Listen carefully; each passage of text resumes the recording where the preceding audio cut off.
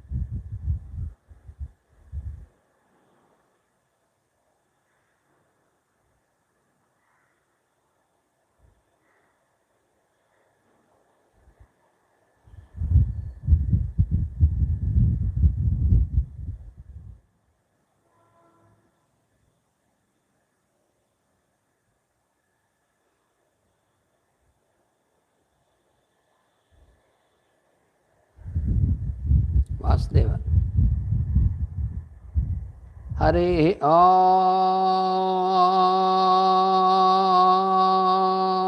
ఓం.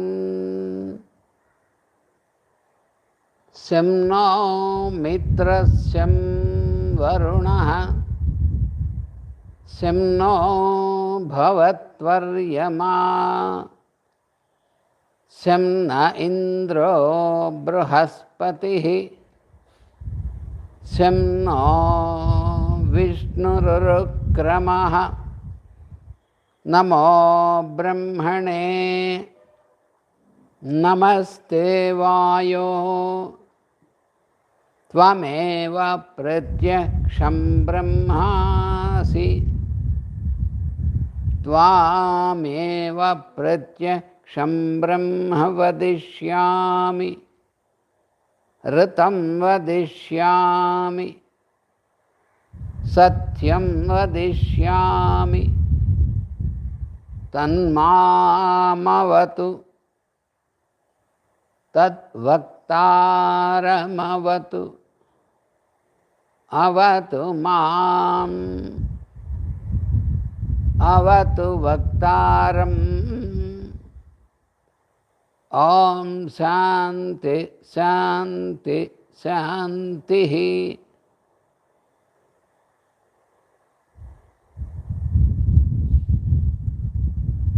సర్వవేదార్థతత్వజ్ఞం వేదార్థప్రతిపాదకం పురాణసారసర్వజ్ఞం కృష్ణం వందే జగద్గురుం. ప్రాచ్యపాశ్చాత్యదేశానాం సమన్వయవిధాయకం శాంతం సౌమ్యగుణోపేతం కృష్ణం వందే జగద్గురుం. ఓం అస్మద్గురుభ్యో నమః. So good morning and welcome to all of you. After a gap in between, because of my travels and so many programs in between. So we are studying the Aphorism 23,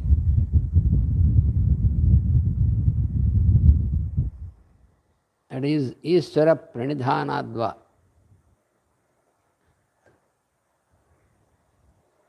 That means samadhi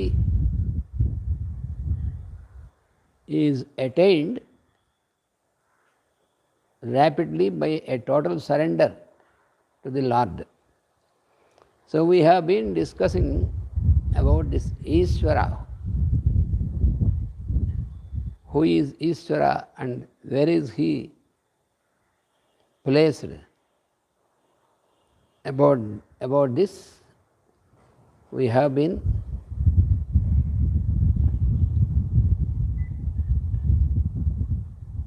studying.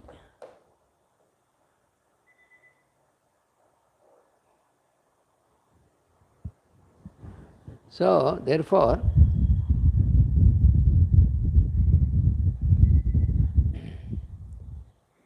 Ishvara is existing everywhere in the space. That's what we have been studying.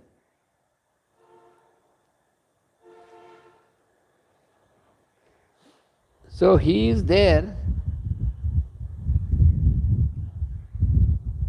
and when we are there in the body also he is there. When we have taken a birth, we are there in the body, and that Ishvara is also there. Even though we are there, he is also there.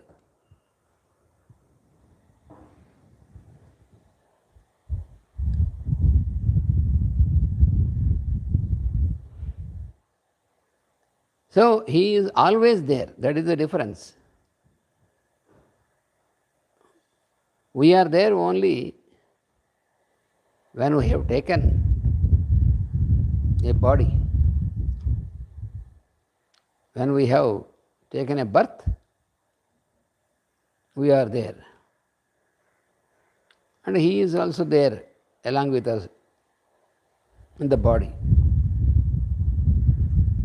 But he is there even after we leave the body.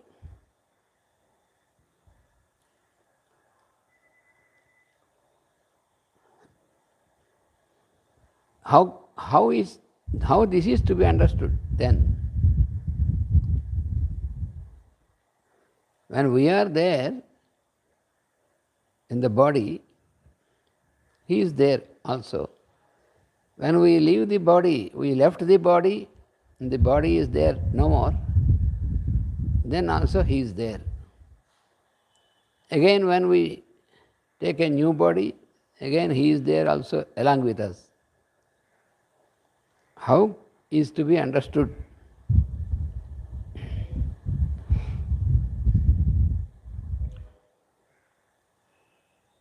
Suppose we are standing here, we are sitting here or standing here.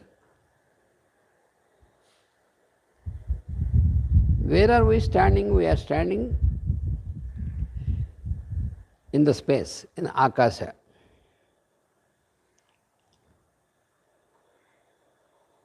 When we moved from here to other place, a few meters from here we have moved, then what happened? The space which is here is remaining here, and our body moved there,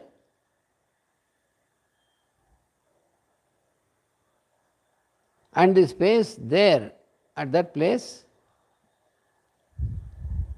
have entered our body. That means that much volume of space which we have occupied when we are here, when we move, this much of space which is there in our body has moved from here to that place, but the space which is existing when we are here, when we move our body, this space will remain here. And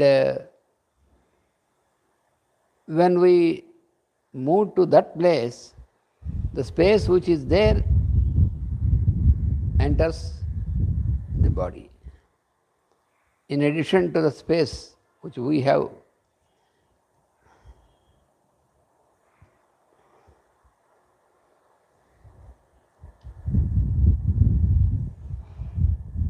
To understand more precisely,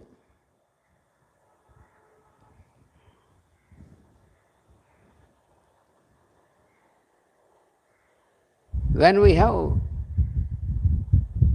taken an empty bottle, we kept here, and after some time, we wanted to move this bottle to another table nearby. So this bottle, empty bottle, we have displaced it from here to another table.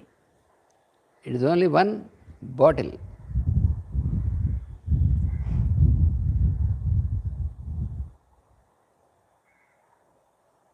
So then there is space here, there is space there where we have put the bottle now. Is it the one space or there are two spaces? It is only one space, one akasha, which is there in the bottle. When the bottle here, when the bottle has moved there, it is one akasha or one space.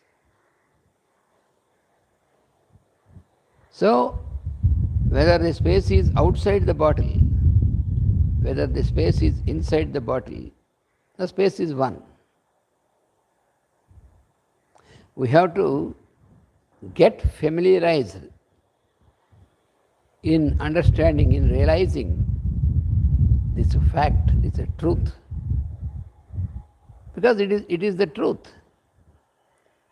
We have kept a bottle here, empty bottle. Bottle is empty, but bottle is not devoid of space. Space is there, full in the bottle. After some time, I have moved this bottle from this table to another table.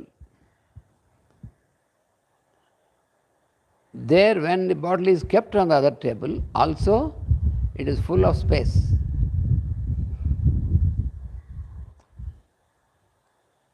So the space here in the bottle and the space there in the bottle,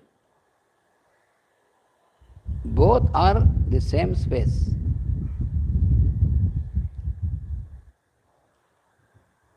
So, in the same manner, when we stand here with our body, and when there is another person sitting before me, either before me, right to me, before me, or even farther, but also. So,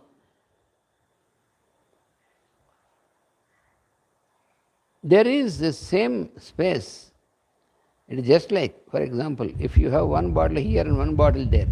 In the first experiment, the same bottle you have moved from here to another table. But in the second experiment, you keep one bottle here, one bottle there. So the space in the bottle here and the space in the bottle there, is it not the same space? Since the space is one, so it is one space that is existing here also in the bottle and there also in the bottle. Now in the same manner, is Ishvara or the Lord, who is only one, like the space, because his form is, space is his form. That is what as explained in the Vedas. So, if I sit here or stand here, this Ishvara is there in me, like the space here, and when I move there few meters away, then also Ishvara is there in me. And since the Lord is only one, so it's the same Lord who is there existing in me, either I am here, when I am there, and the second instance, second experiment, same Lord is existing in me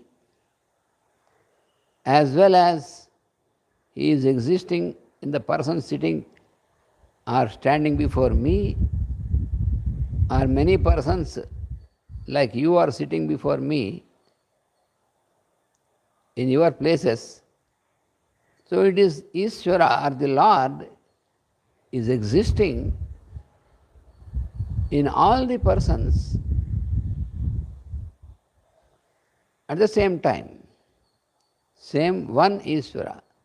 One Lord is only one.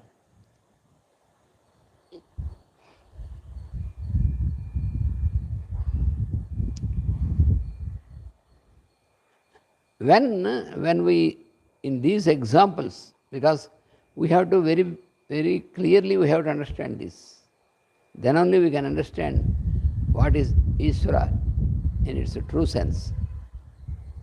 So, when we think of the space in the bottle,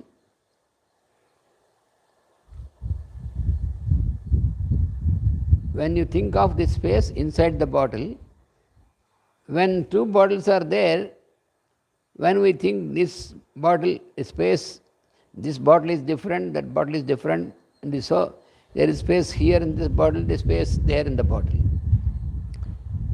But if you think of the space, it is only same one space which is existing in this bottle, in that bottle, or in a number of bottles.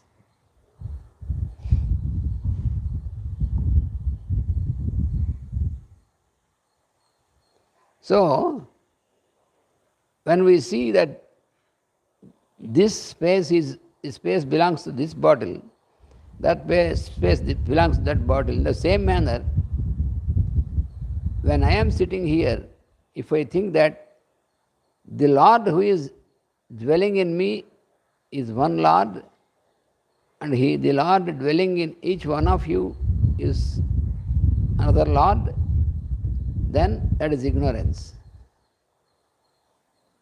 Because it is the only one Lord who is dwelling either in me or in you or in anybody.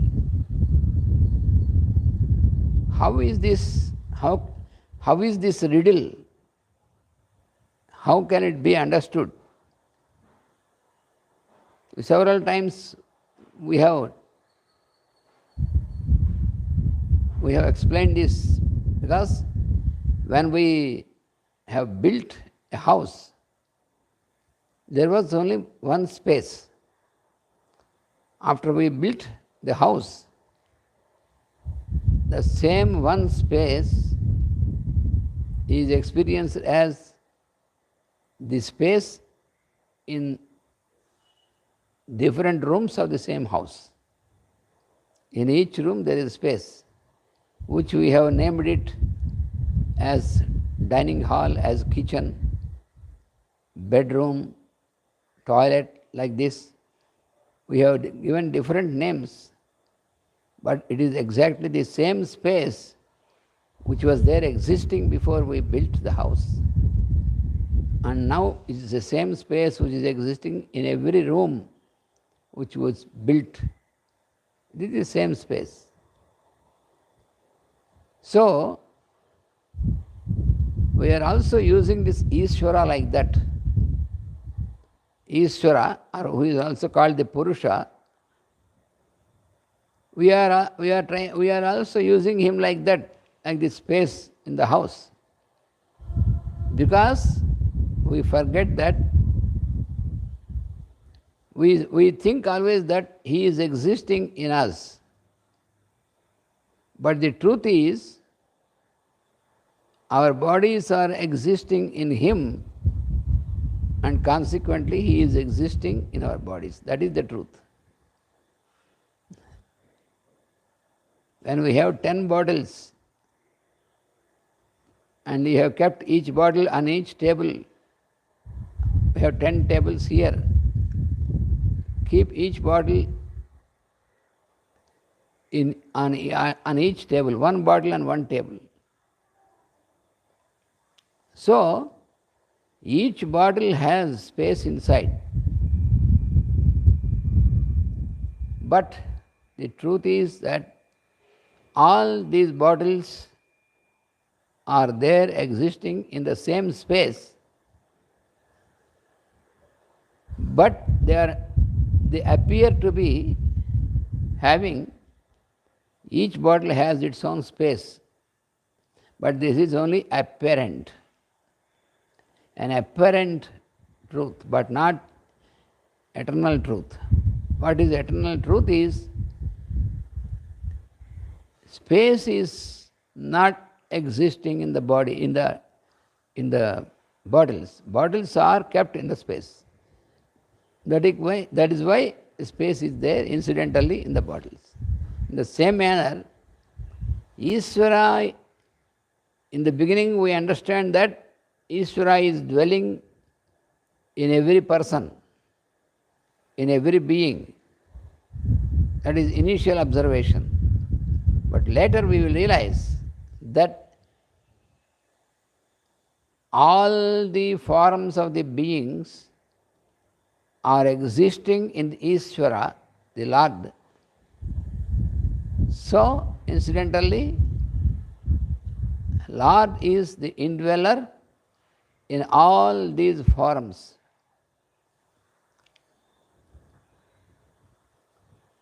It is explained in the 9th chapter of the Bhagavad Gita.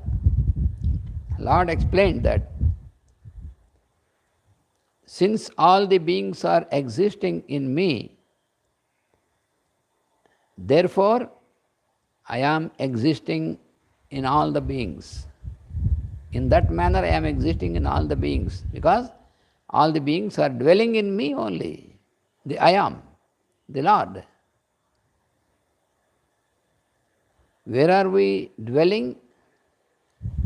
Even though we are dwelling in our house, we are dwelling in our body, but we are dwelling in the Lord consciousness only.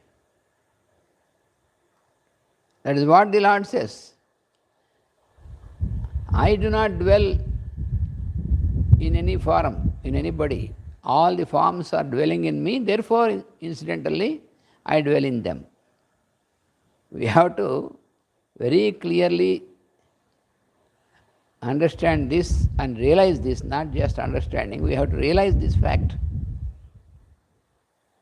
Then only we can really understand what Ishvara is. Since we are dwelling in the space,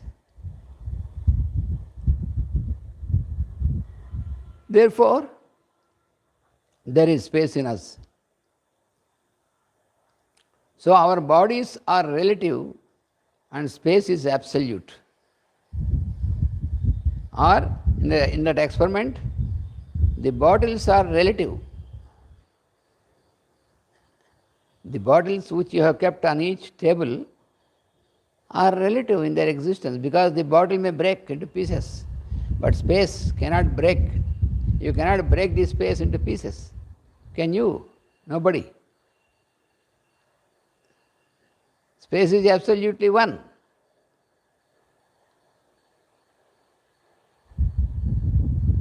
So even before the bottle is made, the space is there.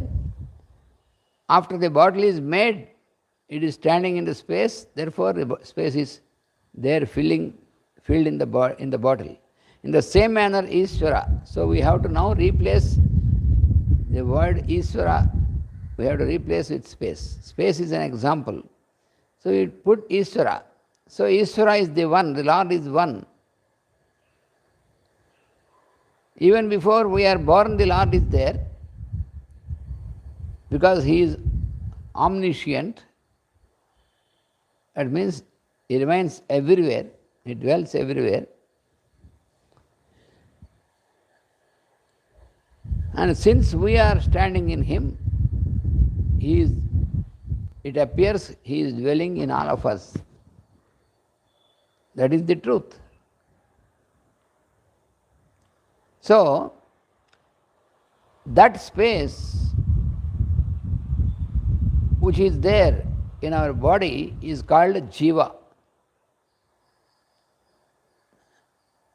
Jiva means the individual. And that space, which is always existing in us and around us and in everybody, that is called Ishvara or the Lord.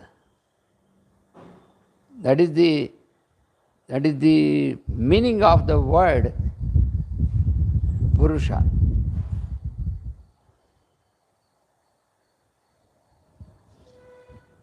So what is the truth is, now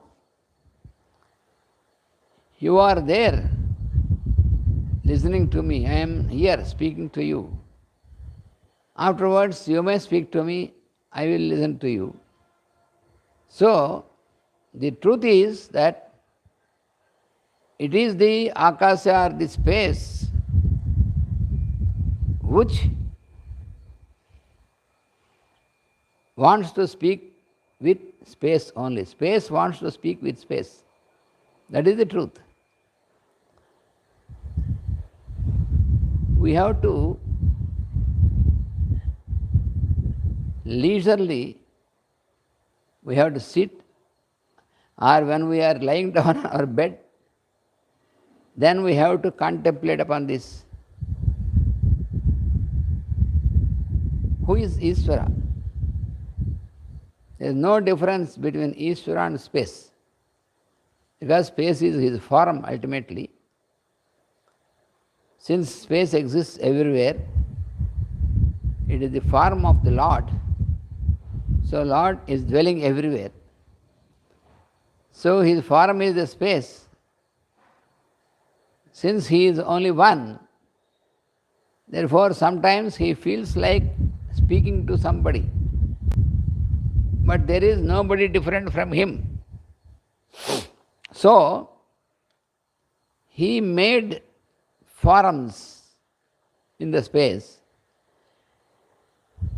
and he dwells in all these forms because all these forms are made within himself, and these forms which are filled of Ishvara, these forms will speak to each other. So ultimately who is speaking to each other? Lord only speaks with himself in another form. He speaks from one form to another form.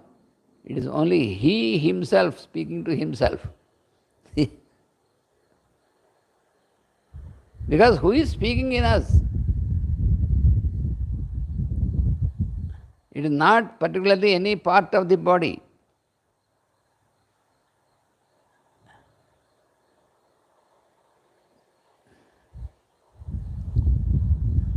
Because the Lord is not dwelling in any particular part of the space, of the body. You know, He is there, He is there full in the space, because space is filled by Him. And our bodies are in space, therefore He is there dwelling in our bodies. When we leave the body also, He is there always.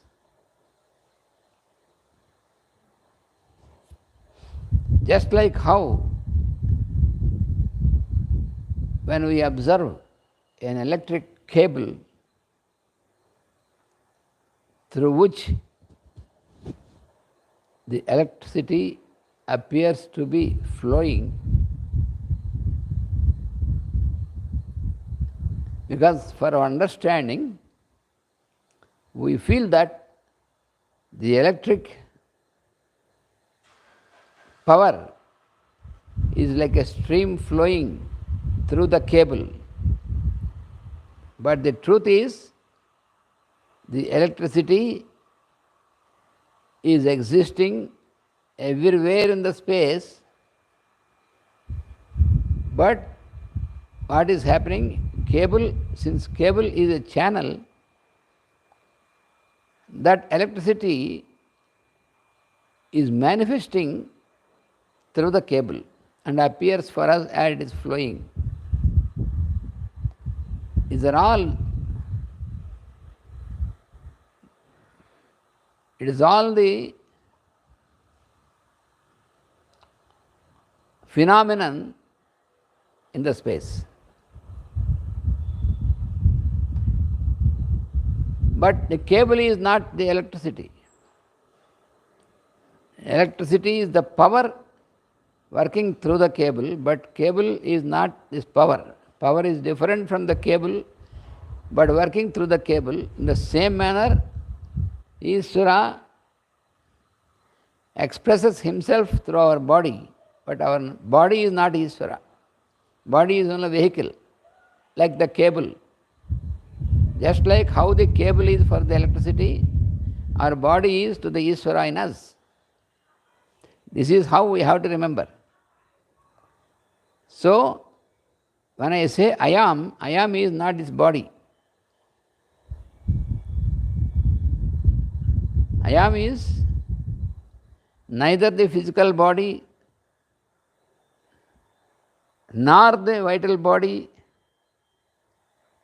nor the mind, nor the intelligence, nor buddhi, nor it is not the senses. So, I am or Ishvara is none of these, because all these what we speak about, they are explained as mine, but not I am. I am is different what I have. These are all the things which I can say, we can refer as I have. This we must be very clear. What are they? Our physical body, our vital body, our senses, our mind, and chitta, and buddhi, power of discrimination, or will, and our intelligence, and our ego. All these are what I have, but not what I am.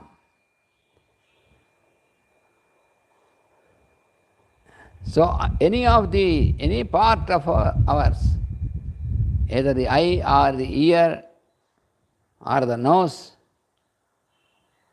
all these are the parts of our body which have sprouted out from our body.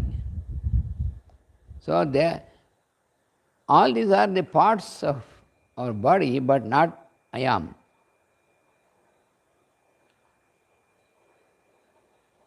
So this is a miracle which we have to contemplate upon. So, Ishvara or Purusha, these are the two terms which we have to understand like this. Purusha is one term. Purusha means the one who dwells in the form, through the form. Ishvara means the same, who dwells and who is having control on all this. That is called Ishvara. So it is the same almost. So the physical body, the vital body, the mental body are all, and also the mind, buddhi, ego, all these are there.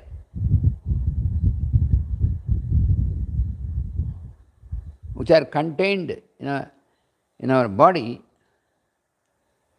but the center of all this is there in the heart. And what is there at the center of the heart? There is space, which is called I am.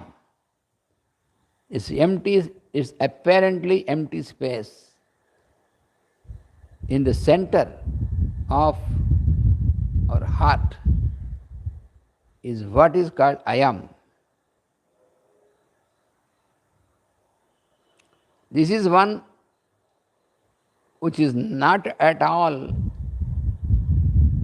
stained or influenced by anything. Nothing can influence or nothing can stain or do anything to this I am or the Ishvara. So this is the person, the I am. So all this creation has sprouted up from the space. All the atoms, all the molecules, all the atoms, and all the minutest parts of the atom, they come into existence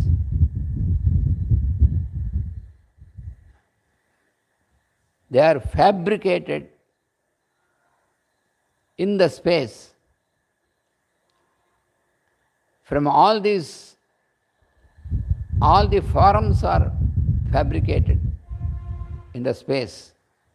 All the forms of the living beings and all the objects which we call non-living, everything, they are fabricated in the space. And again, they disappear into the space.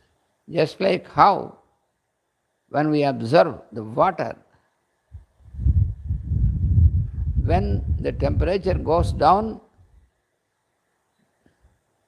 suddenly you can see the water turns into a block of ice. And after some time, when the temperature increases, again this block of ice melts into water.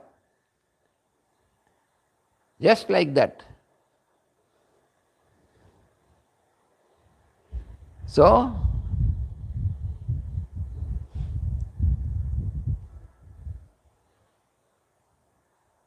we have to,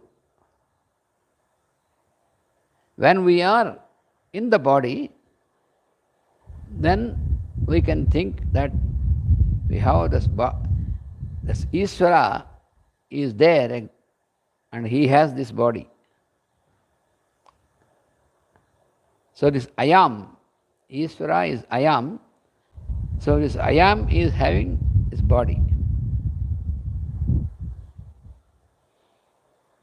And he has layers around him. All the layers, what are the layers? That ego, that intelligence, the buddhi, the mind, and the vital body and the physical body, all these are the layers.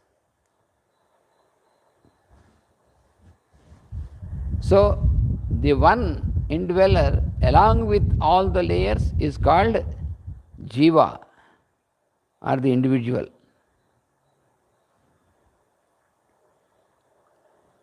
So, the one who is existing as the Lord in us is included, all these things are included in the Lord.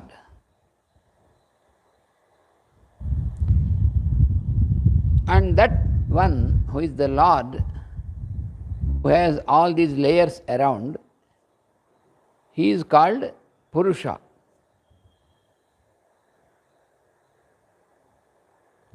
So it is like this, it is explained in all the scriptures, either in the Vedas or in the Old Testament of Bible.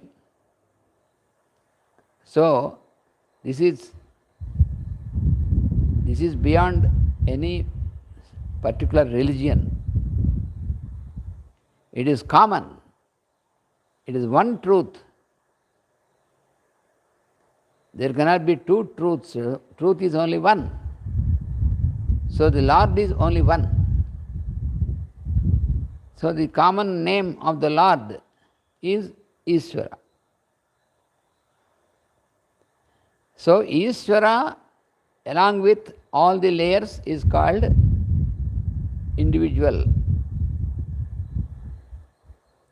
or Jiva, the monad.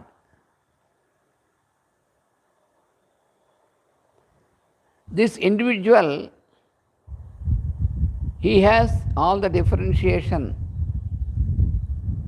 He knows all the tastes. He knows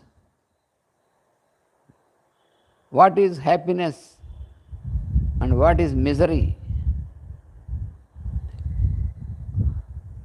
Once he is smiling, another time he could not smile, he may be weeping. Once he has a hope, once he has no hope.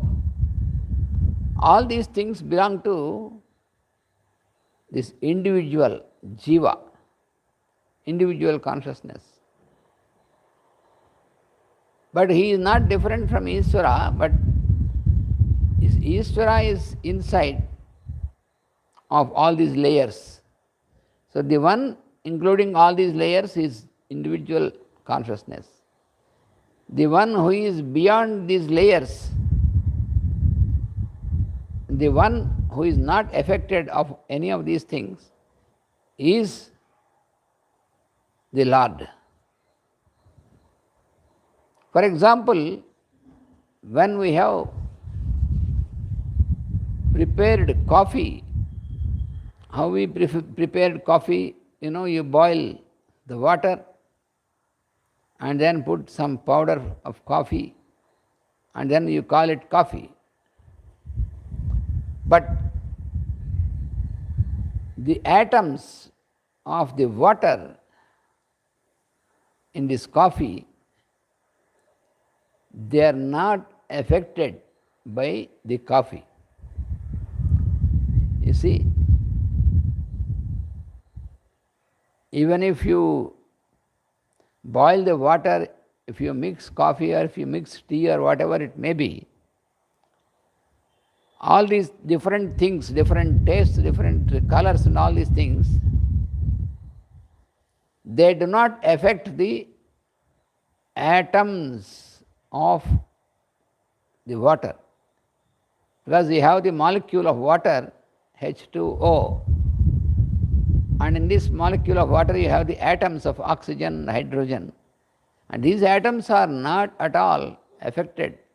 Whether you boil coffee with this water, if you boil tea with this water, or if you boil something else with the water, but these atoms are not at all affected. Coffee gives you smell of coffee, but the atoms of the water with which you have prepared coffee, they have no smell. You see the wonderful thing. Even after you prepare the coffee also, the atoms, they don't have any smell. In the same manner, Ishvara, the Ishvara who is the Lord indweller, the I Am, he is not at all connected or affected with your individual name or any sort of identity which you hold. He is not connected to this. All the incidents of your life do not affect Ishvara. Suppose you have married, if you are a lady, you have married a man,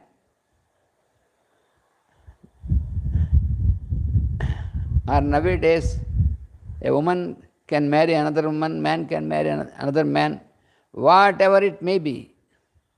But the indweller, the Lord, is not concerned with all these things. He is not affected. Because Ishvara is neither woman nor man. He is Lord. But he is called always He. He is beyond all these things. He is not connected. All these things belong to one of the layers which are there around him. This we have to understand. Suppose I say she is my wife, this is not at all to the Ishvara who is indweller in me or in my wife. These relationships belong to the layers around Ishvara. What are the layers? All these layers which we use as what I have. That is what I say. I have my wife or I have my husband. But you cannot say, I have my Ishvara. No. I am Ishvara. I am the Lord. Lord is I am, but not I have. Never, never. So all what we can say or we can point out as what I have, they are not at all connected to the Lord inside.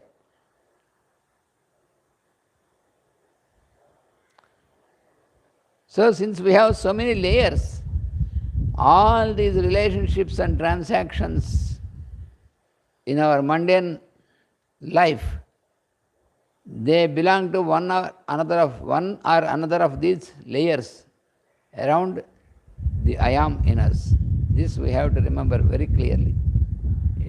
Unless we understand, we remember this clearly, unless we understand this clearly, we cannot really understand or realize what is being explained about Ishvara. You see, in our daily life, we have transactions.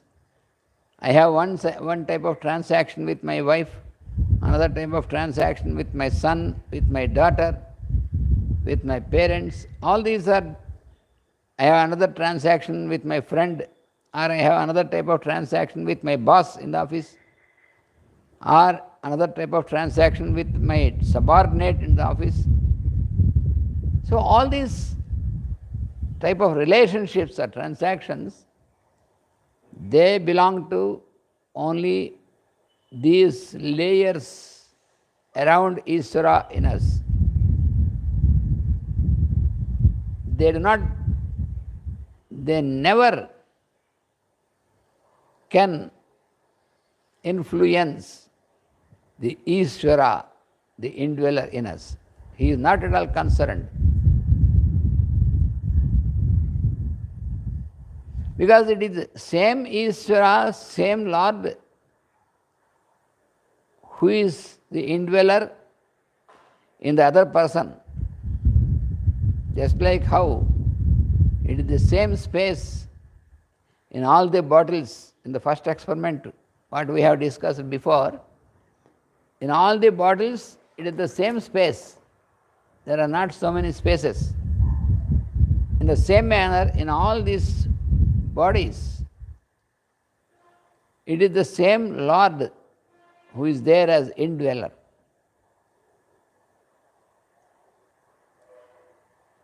So therefore, if I call she is my wife, it is only about the layers, but not about the Lord in her or Lord in me. Because the Lord in her and Lord in me are the same. It is the same Lord. But these layers, every individual has his or her own layers. They differ from one another. So from one of the layers in me, I say, I am her husband. In the same manner, she also will say, he is my husband, from one of her layers. I say, she is my wife. She says, I am her husband. This is from only one of the layers, but not at all with the Ishvara. The Lord is not concerned with any of these things. Whether I and my wife are happy with each other or unhappy with each other, Ishvara is not concerned. Lord is not concerned with this. We must be very, very clear about this.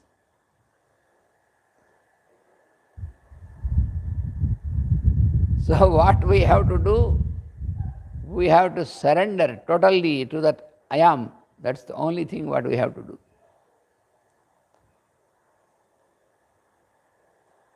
If I have differences of opinion with my wife, both of us, what we have to do? We have to surrender all this to the indweller, the Lord I am, who is the only one. This we have to remember. It is the same Lord in me, same Lord in her, who is the one. So, therefore, both of us, we have to surrender to the indweller, the Lord. Because He is only one, then these problems will be solved. That is the only way. You see, when we are entering into the practical way of living in yoga, then we can feel, we can realize that all the problems disappear from our life. You see, that is very important. This we have to remember always. So,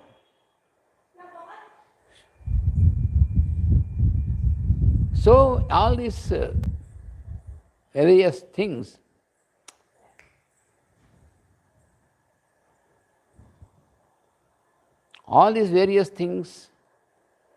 which, for example, you have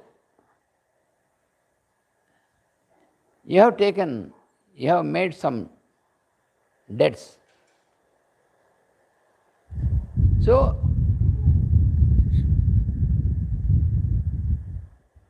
So this is the Lord indweller is not at all concerned with any of these things. That we have to always remember.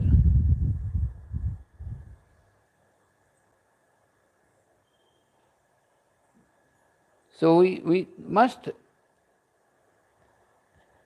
realize this. So all our assets, all our liabilities in our life, all these things are not at all concerned to the Lord in us. He is not concerned. But it doesn't mean that you have to discard all these things. It doesn't mean that you have to discard your mundane life. There is no need to discard anything. But at the same time, you have to remember that the indweller is not at all connected to all these things. He is not influenced by all these things, because these belong to only certain layer of our existence. That is why we always say that all these things are things which we have, but the Lord is He who is I am. So I am is always singular, only one, no plural. And all these things are many, innumerable, because they belong to all these layers. So, what we have to do is that we have to attend, we have to fulfill our duties in each one of our layers. Because we have so many layers around the Lord in us. So in each layer we have certain duty. For example, towards my wife, I have certain duty. Towards my children, I have certain duty. Towards my people in the society, I have some duty. So these are the things which belong to the layers which we have to fulfill, we have to attend. We need not and should not discard our duty what we have to do. We should not discard them. But at the same time, we have to remember, never we have to feel whether we are successful or not. Only we have to attend and we have to do our lot about these things which belong to our layers.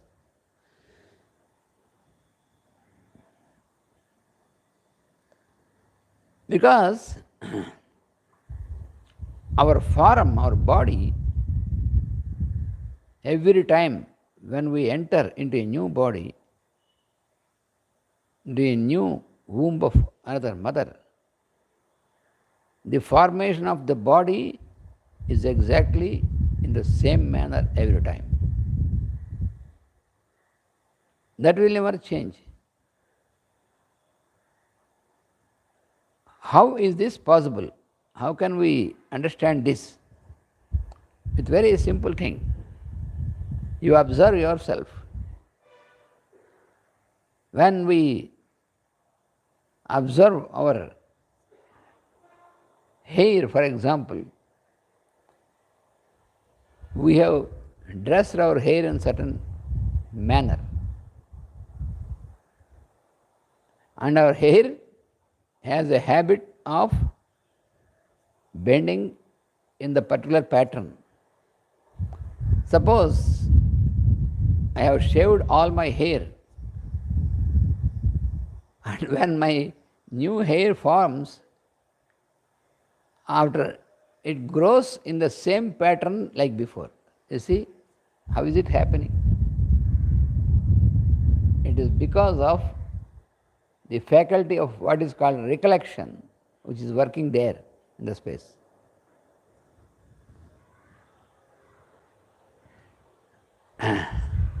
That is what is called association or force of habit. According to the habit, it grows like that. In the same manner, according to this habit or this association, our bodies are formed exactly in the same manner. For example, if you sow a seed of a particular tree,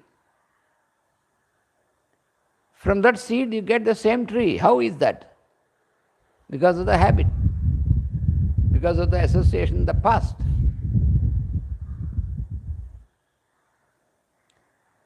Because when you have a big tree, like a banyan tree, of course, which is not there in your countries, you may think of the tree, oak tree, which is there in every of your countries. An oak tree, you find a seed of the oak tree. If you cut this seed into very minute pieces and observe it under the powerful microscope, you do not find the form of a tree in any part of the seed. But when you sow this seed,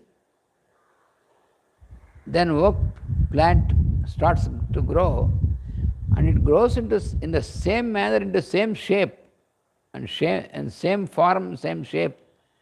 Everything is the same, like before.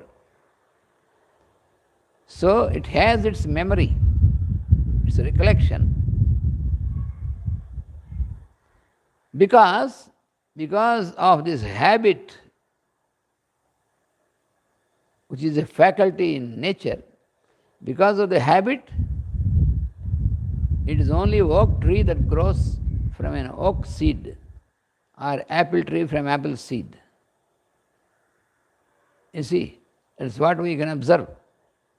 In the same manner, a human being from a human being.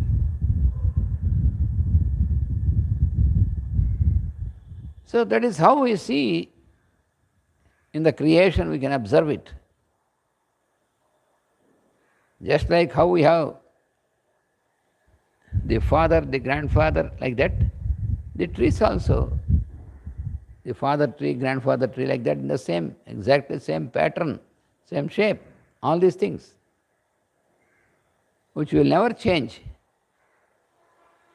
How is this happening? why not sometimes there is a deviation? If you soak the seed of an apple, why not sometimes by chance there is the growth of an oak tree from that seed? Never it happens. Because of the habit, because of the faculty of recollection, and because of the habit, it will never be otherwise. In the same manner about any of the beings, in the same manner all the beings also. So, at every step we can experiment it and verify this, and it will be the same truth. You take water. So with this water you can prepare some part of the water into coffee, and some part of this you can prepare into a sweet drink. So it is, water is there in the coffee, in the sweet drink and something else, what you have prepared. But none of these differences, they can influence the molecules of water and the atoms of water. They are not influenced by any of these. In the same manner, this Ishvara or the Lord, who is the indweller, he is also never influenced by any of these, by any of these layers around. That is what we have to remember. He is there dwelling in every part in our body. We never should think, or we never should fancy that this Lord indweller is there locked in certain part of our body. Never. You cannot lock him like that. He is there as the space inside our heart. That means it is that point from where he can express as the I am. That is the thing, but he is dwelling in every atom of our body. How? Why? Because our body, with all its atoms, with all its shape, is existing in Ishvara only. That is the truth.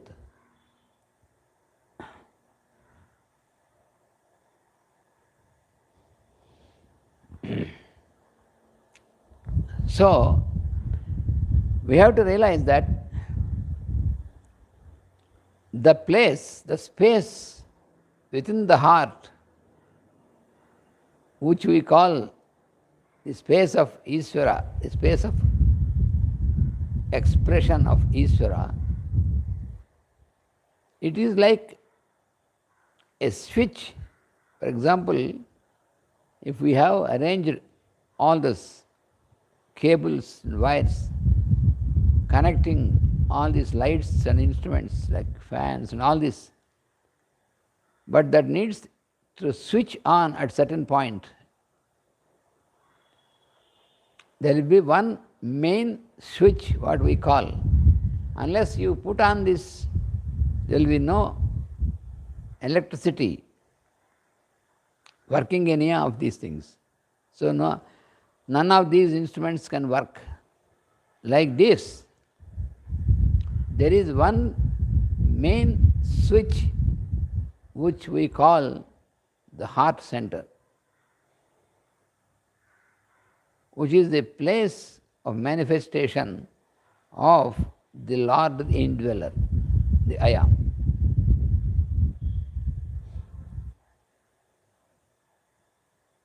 That is only the control, the place of control or switch, or place of working, place of manifestation. But that doesn't mean that he is dwelling only at that small space in us. No, he dwells in every part, because our body, the whole of our body with every part is dwelling in Ishvara only. This is the reality. He has spread, he is existing, he is everywhere, in every part, he is there. That is what we have to remember always. That is what is meant by the term Vishnu. Vishnu is not any name of any person. The term denotes that the one who is there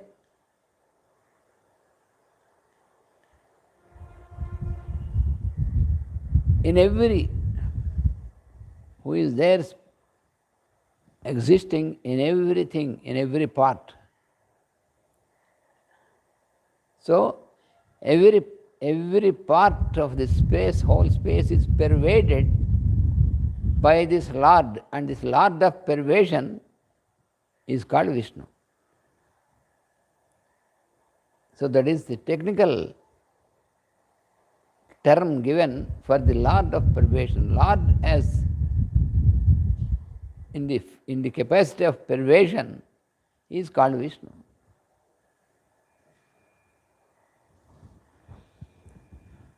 So he is there in each and every minutest particle of the space.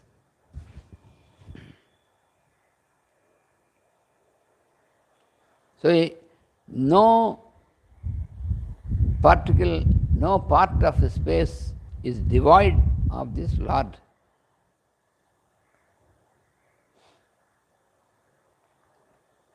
So, from the Lord or the indweller or the Ishvara is the source of all the solar systems, all the forms in the universe, and all the working of these solar systems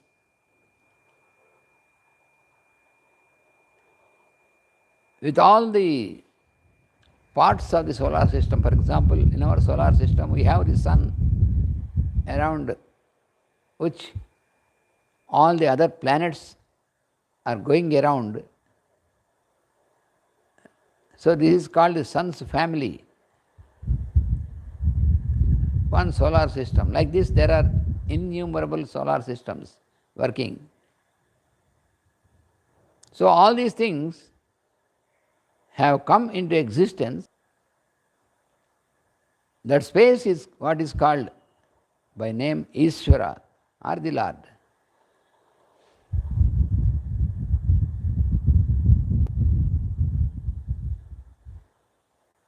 So for example, when we observe the sun solar system, so the sun of our solar system is like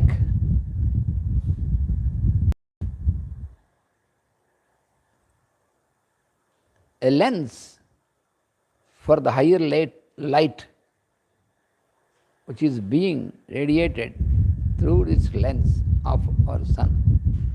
So all this creation has come through this sun into this solar system, like this in every solar system. So beyond this, it is an object in the subjective form, and it is coming down into objective form through this. That is how we have to understand this. So it is the same formula for the formation either of those solar systems, and the same formula of the formation of the bodies of all the individuals. So there is a center of consciousness who is called Ishvara. So the Lord or the Ishvara is explained in the Vedas that He is there as the minutest of all the minute forms, and He is there as the largest of all large forms. So He is there in the atom as the atomness. He is there in the whole of the solar system as the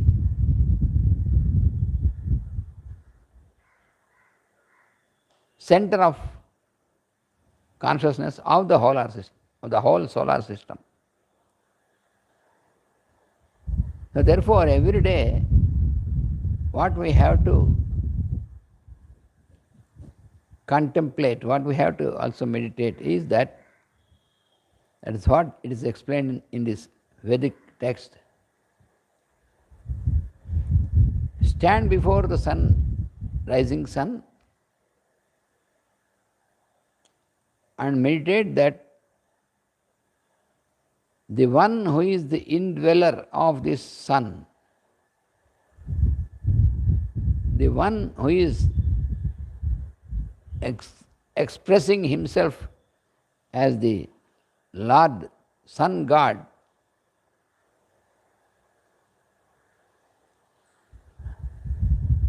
He is only one. He is the only one. So He is the Purusha or the Lord, who is the only one. And later we can realize that He is only one, and also it is He who is also there in the one who is the perceiver. That means who is perceiving Him. When you are meditating upon the Lord, indweller, as the center of the sun, rising sun, then we will gradually realize, we will also meditate that the one who is the meditator in us, who is the perceiver, also the same, the Lord. Therefore, there is one meditation given by Master E.K. Meditate upon the meditator. So, who is the one who is meditating in us? We think we are meditating. I say I am meditating. The truth is, I am is the meditator. Not this I am from any layers. It is the one Lord I am who is the meditator. So when you meditate upon the Lord consciousness, so you will realize that it is the one about whom you are meditating, the one who is meditating are one and the same. That is what we will realize. So therefore, Ishvara means who is the one who is meditated and who is meditating. Both are one. So therefore, in this Aphorism 23, what Patanjali says is, make a total surrender to that Lord, that Ishvara, a total surrender. So what I have is all these layers around what I am. What I am is Ishvara, the Lord. And all the layers around are called what I have. So in this aphorism, Patanjali says that Ishvara Pranidhana means we have to make a total surrender to the Lord indweller. What is this total surrender? Master has easily explained to us. What I have is to be surrendered to what I am. This is more easy to understand. We have surrendered totally what I have to what I am. That is very important. This needs a constant practice. We have to practice, otherwise we cannot do that. Because we are not familiar to this. We are not familiar about this existence of the Lord as the indweller. Therefore, we are not familiar of this process of surrendering what I have to what I am. So we have to make a constant practice. What I have to what I am. That is the process prescribed in this aphorism, Ishvara Pranidhana. Because we have all these layers, our body, our senses, our mind, and our thoughts, our impressions. We have so many impressions. That is the behavior of the mind. Our mind constantly receives these impressions through the senses. And the mind registers. Mind receives in the form of reflection through the senses. All the objective world is reflected through the activity of the senses upon the screen of our mind. So our mind receives all these reflections and they are imprinted into the mind. That is what is called impression.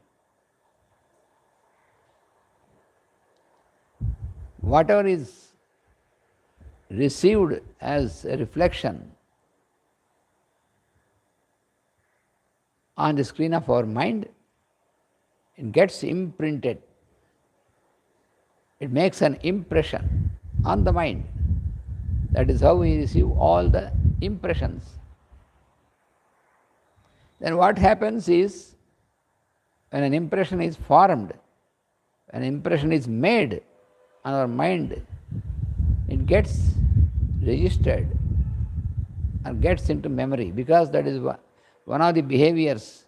Smriti, we have studied about the 5 types of behavior of our mind. One of the behavior is smriti. Smriti means recollection. So it goes into memory. Whatever we receive as a picture, as a reflection from the outer world about any object or about any person, that is projected on the screen of our mind. Then it is registered or put into memory. It goes into memory automatically. In the computer language, it is saved. So it is saved as memory. It goes into memory. We have enormous memory. All these things will go into memory.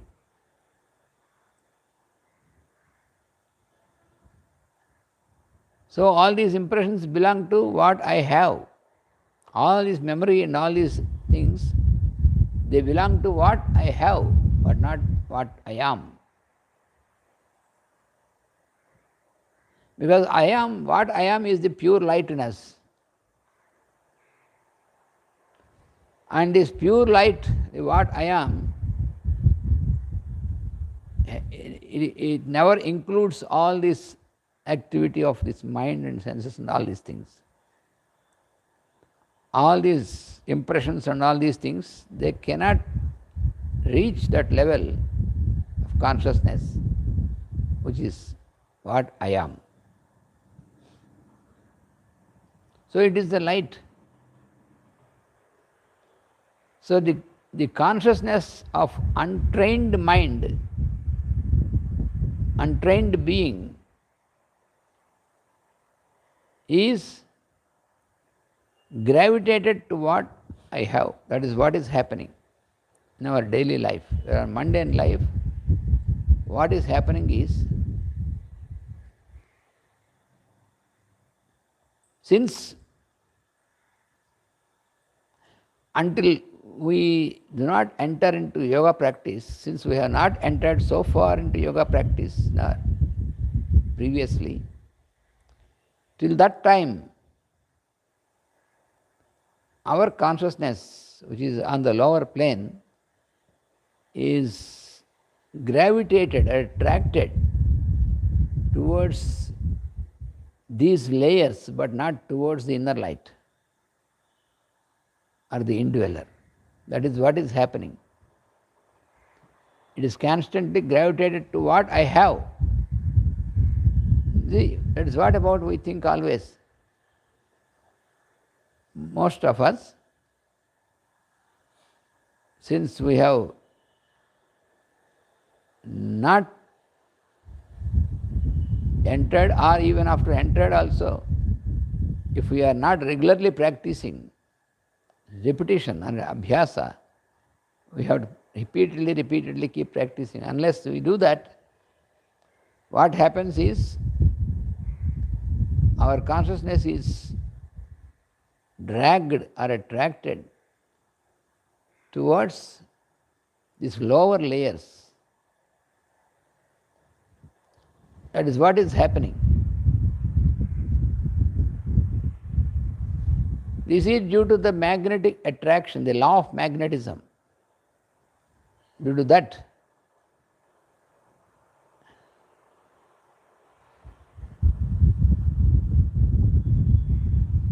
because then we may ask that, why should this law of magnetism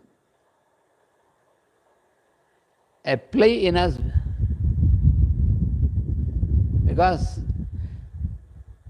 Because we are drawn towards what I am, these layers around, because of the law of magnetism, why should it apply at all on us?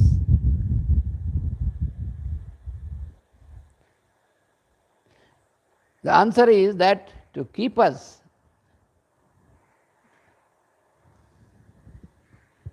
because we are given a body.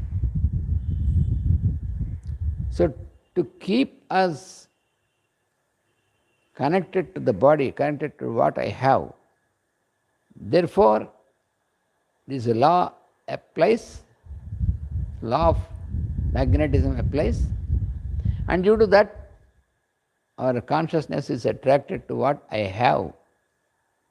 Then we have to start an effort constantly, repeatedly,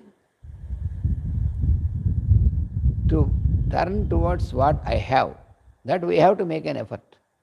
If we do not make an effort, automatically it goes, just like how when we are working with our computer, there are so many things which come, and if we don't make any effort to avoid them or eliminate them, they go into memory.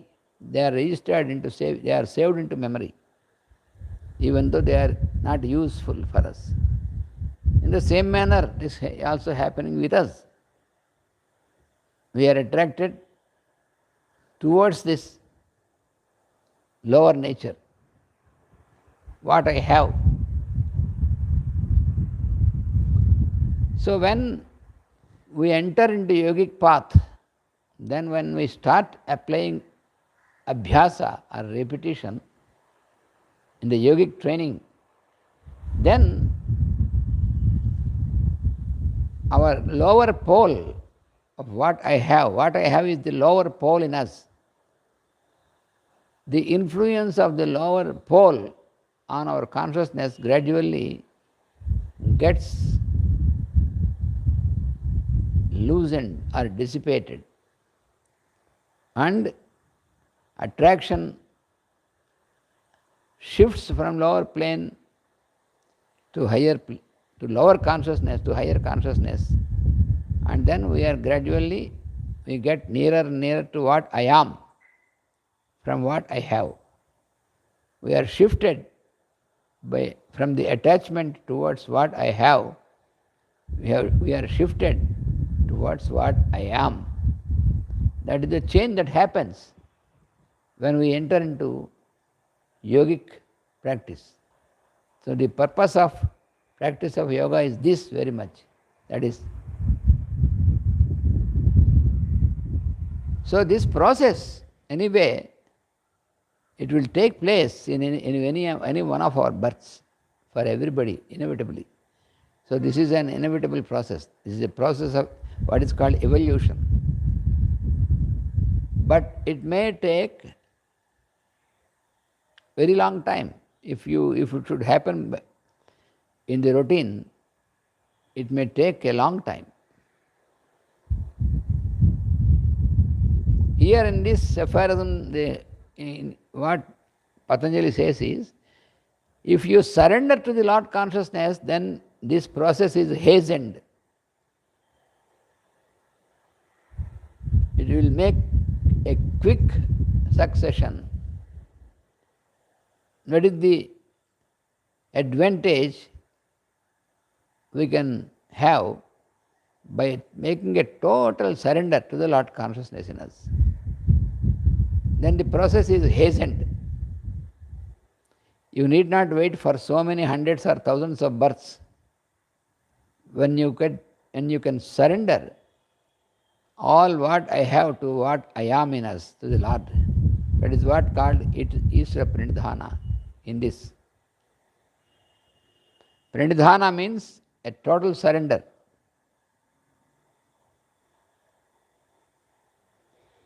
How can we do that? How can we know? In which manner we can make a total surrender?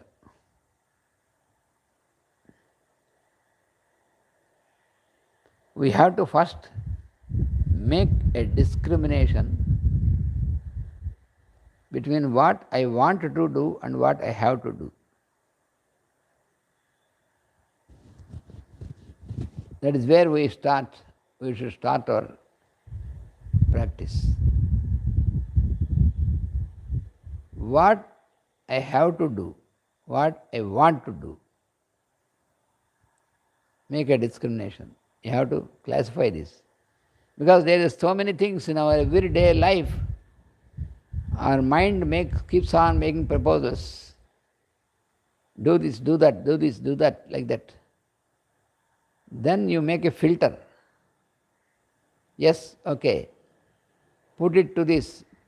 Is this what I wanted to do, or is this which I have to do? Then we have to filter it out. Take up which I have to do and discard which I want to do.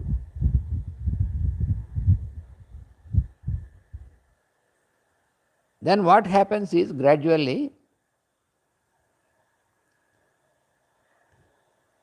a wonderful arrangement will be made that only those things, those which I have to do will come to you.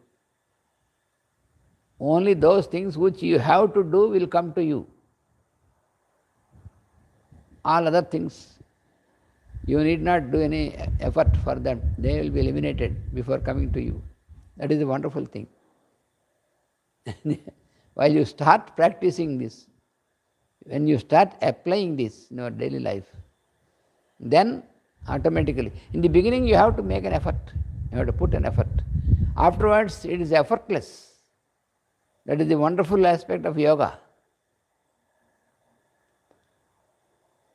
In the practice of, in our life, when you start practicing yoga, applying yoga in its true sense as is being explained in our daily life, then what happens is your life becomes effortless and very easy.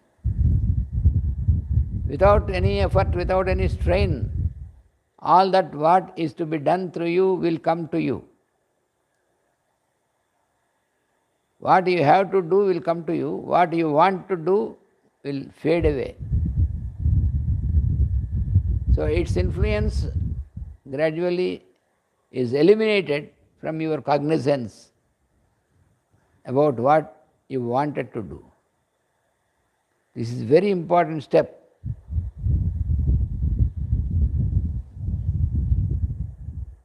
And another truth is that those things which you select, which you wanted to do, which are not actually you have, those which you want, you have to do, which you wanted to do by the proposal of your mind, you can never completely do it in your life. That is the real truth. You can verify, everyone can verify in your life. You wanted to do these things. That is those you wanted to do but not you have to do. You observe yourself whether you could complete those things which your mind has proposed. You can never finish them. So, you have to classify this and discard. Just keep away which you wanted to do and only keep doing which you have to do. That's the real. That's how you will make a forward step. Thank you all. Because this is we should not be hasty to complete one aphorism in one class. Now don't be hasty. Because we have to apply all these things to our daily life and verify them. Then only we can go ahead. Otherwise it's no use. So we have to understand what is Ishvara and what is surrendering, what is total surrender. Unless very clearly we can understand this, we cannot make a forward step. That is why we are going with so many examples and repetitions. Don't worry about this. We have so much of time.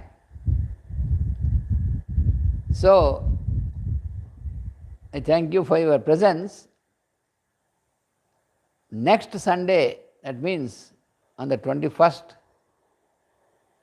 of this month, since I have to attend Guru Puja in Vijayawada, so that is also, that Guru Puja will be telecast.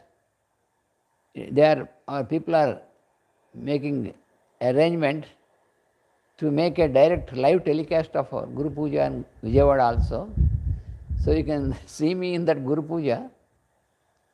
So therefore, we don't have Patanjali class on that Sunday.